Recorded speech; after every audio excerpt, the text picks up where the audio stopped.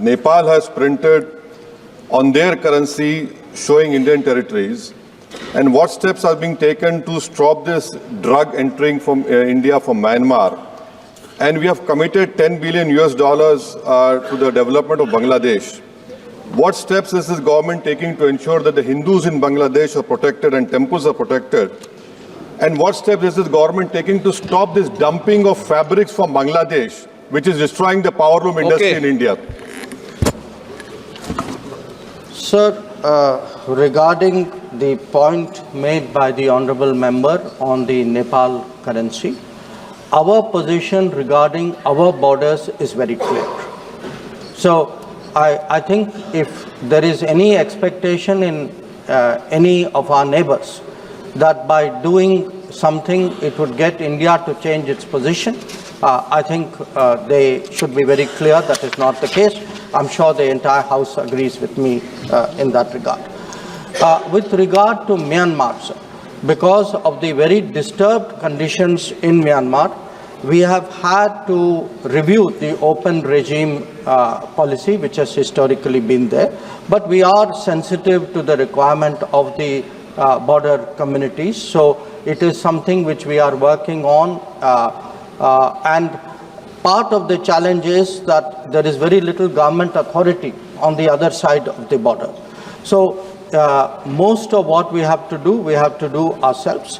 But definitely there is today a much greater presence there to secure our borders and to monitor the movement of people across the borders. Regarding Bangladesh, sir, we have a good history of development projects.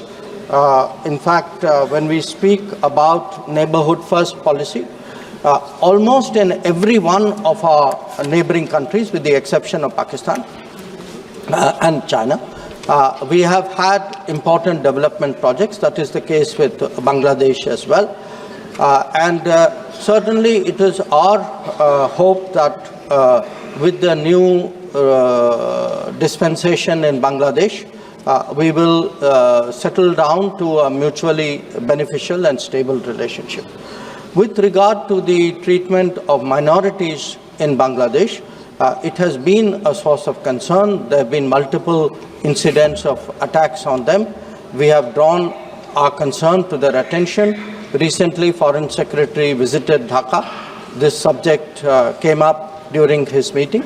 And it is our expectation that in its own interest, Bangladesh would take measures so that its minorities are safe. I thank the Honourable Minister for a very detailed reply. But before I ask my first supplementary, let me flag a few issues which should be of concern to all of us.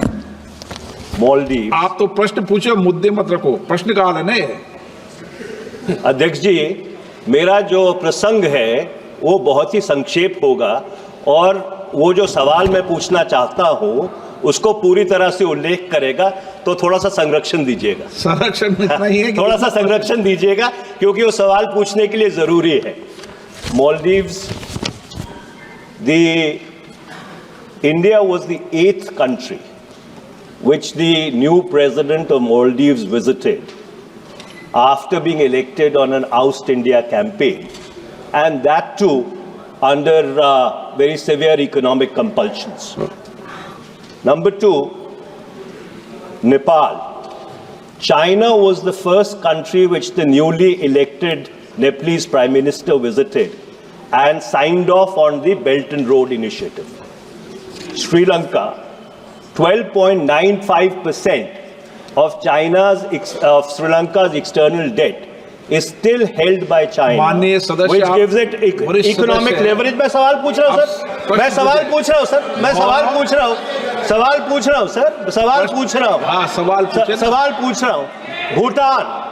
Bhutan, the Sino-Bhutan border negotiations are in a very advanced stage, and Doklam is in play, and Bangladesh continues to be in turmoil.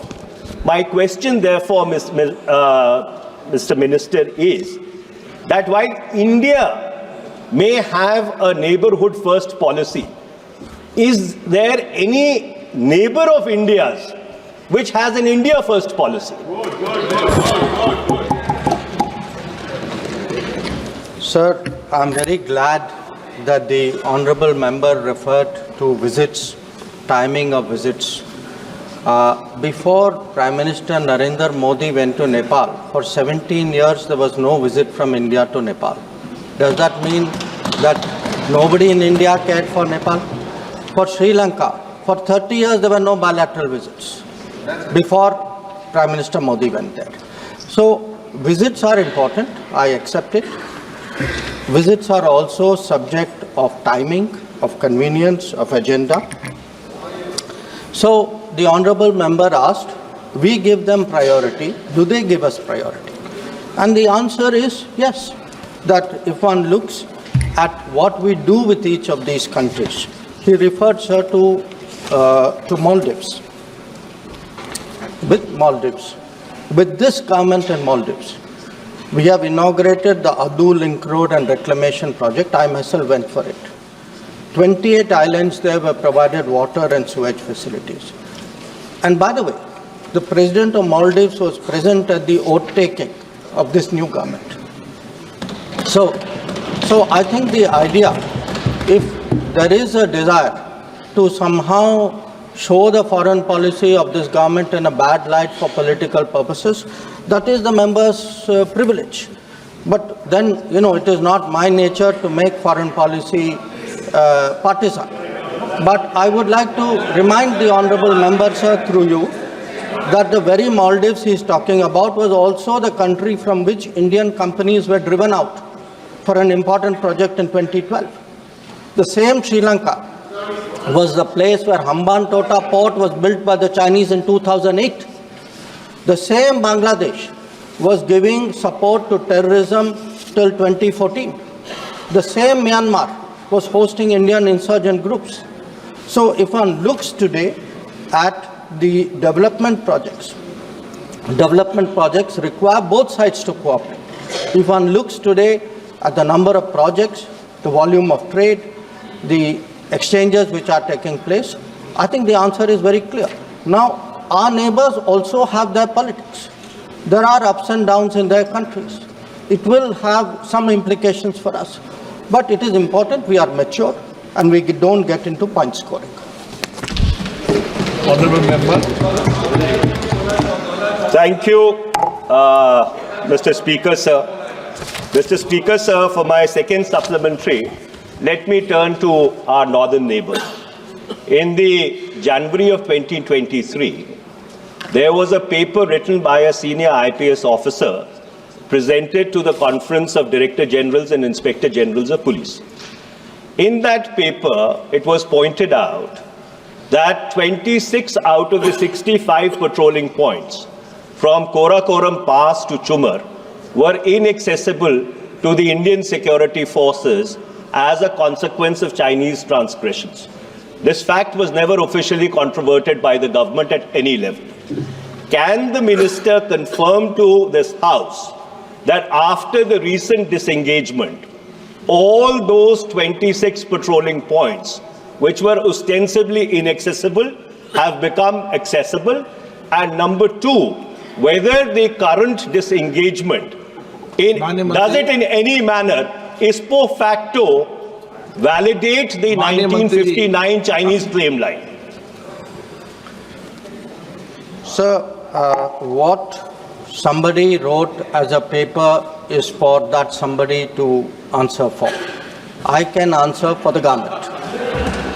Now, let me, sir, through you, remind the honorable member, I gave a very detailed statement on the disengagement and recent developments in the India-China border areas. In that statement, I highlighted that the last of the disengagement agreements had taken place which pertained to Depsang and Demchok. I also would like to convey to the honorable member, it was in the statement as well, that the understanding envisages that Indian security forces would be going to all the patrolling points in Depsang and would be going to the limit, eastward limit, which has historically been our patrolling limit in that part. We have also, the same statement made it clear that we have had some previous disengagement agreements. Those disengagement agreements also had certain provisions where both sides on a temporary basis had agreed to put certain restraints on themselves. So I think the position is very clear in that statement, and I would urge the honourable member to read that statement again. Sri Naveen Jindal. Thank you, Speaker, sir. Sir, I'd like to ask the Honourable Minister, through you, sir, that what steps is India taking to improve our relations with our neighbour Pakistan, and also to what steps are we taking to increase the trade and commerce with them? Thank you, sir. Sir, I would like to inform the honourable member that in terms of improving ties with Pakistan, like any other neighbour, we would like to have good ties. But like with any other neighbour, we would also like to have ties free of terrorism. So this has been the position of the government. We have made it very clear that it is for the Pakistani side to show that they are changing their behaviour of the past, and that if they don't, of course, there are implications for the relationship and for them. So I think the ball is very much in Pakistan's court in this regard. Regarding trade, sir, I think some of the disruptions which happened because of decisions by the government of Pakistan in 2019, and it is a matter on which they took the initiative, and we have an agnostic position on this.